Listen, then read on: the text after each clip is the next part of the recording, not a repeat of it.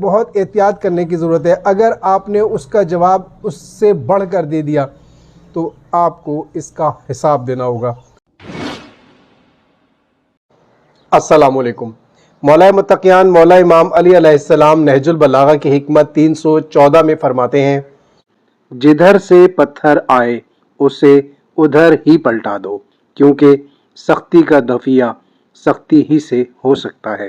جی ہاں، جدھر سے پتھر آئے اس کو ادھر ہی پلٹا دو۔ بہت باریک سی بات کی ہے، آپ نے اسے سمجھنے کی ضرورت ہے۔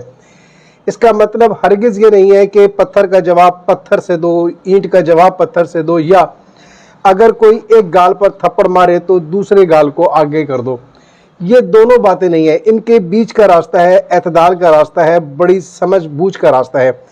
یعنی اگر کسی کی طرف سے کوئی زیادتی، کوئی ظلم، کوئی الزام، کوئی تہمت لگائی گئی ہے، کوئی ایسا کام ہوا ہے، کوئی ایسا نقصان، کوئی ایسا فریب دیا گیا ہے، دھوکہ دیا گیا ہے، کوئی ہاتھ اٹھایا گیا ہے، کوئی آپ کو تھپڑ مار دیا گیا ہے، کوئی لڑائی کر دی گئی ہے، کسی طرح سے آپ کو کسی معاملے میں پھنسا دیا گیا ہے، کوئی سازش، کوئی چال چلی گئی ہے، تو آپ نے جیسا کیا ہے بالکل ویسا ہی اس کو پلٹ کر جواب دینا ہے۔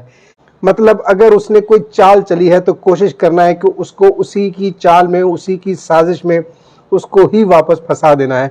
کوشش کرنی ہے کہ اس نے اگر زیادتی کی ہے تو جتنی کی ہے بس اتنا ہی اس کو بدلہ دینا ہے۔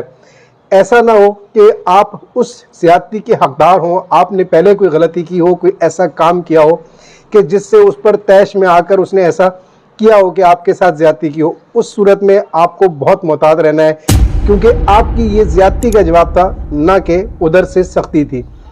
اگر ایسے ہی کوئی بلا وجہ کوئی اپنے دھوکے یا فریب سے لوٹتا ہے کسی کو، یا کوئی شر یا شرارت کرتا ہے، تو اس کا جواب بالکل آپ کو اسی طرح سے دینا ہے، اسی سختی سے دینا ہے جس سختی سے اس نے زیادتی کی ہے، کوئی ظلم کیا ہے۔ یاد رکھیے، اس کے اندر بہت احتیاط کرنے کی ضرورت ہے۔ اگر آپ نے اس کا جواب اس سے بڑھ کر دے دیا تو آپ کو اس کا حساب دینا ہوگا، جواب دینا ہوگا۔ یہ آپ کے لیے مشکل ہو جائے گا۔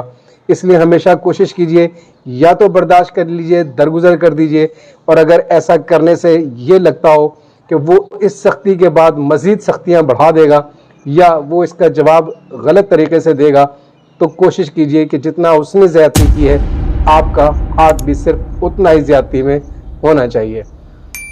شکریہ۔